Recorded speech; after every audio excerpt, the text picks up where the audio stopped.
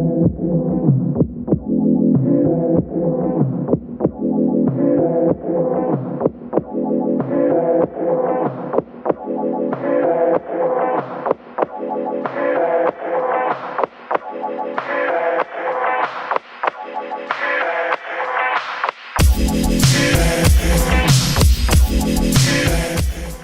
what is up guys, Pancho Cortez, and today I'm going to be doing one of the most requested videos that a lot of my subscribers and followers on Instagram have been asking me to do, which is basically how to train your hair. Hair training is very important, especially if you're doing one of these three styles, which is a pompadour, side part, or even just a slick back.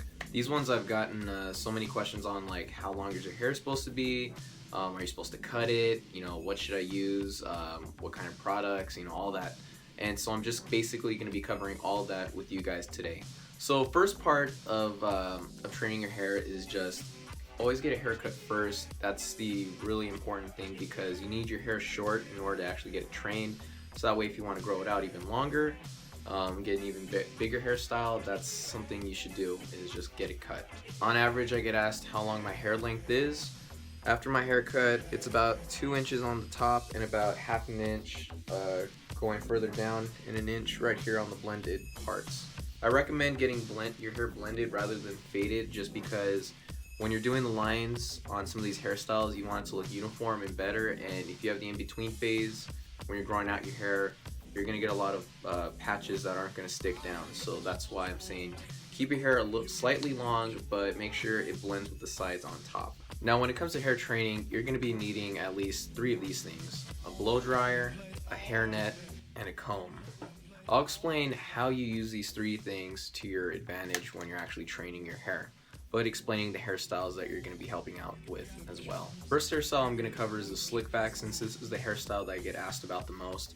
And basically you want to train your hair with the hairnet because it helps hold it down, especially before and after you use the pomade. But use this before you apply pomade to the hair, because your hair is going to already be in that shape, and once you apply the pomade, it's going to be like putting glue on paper. It's going to stick together and it's going to be consistent with the hold. If you apply it right, that is. Right here, as you can see, my hair just goes all over the place, but you comb it back a bit. I recommend combing it back once you get out of the shower, because your hair is going to be weighed down, so it's going to be easier to have grip.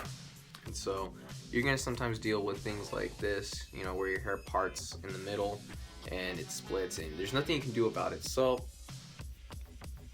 you apply the hairnet like this, and as you can see, it just kind of smushes everything down.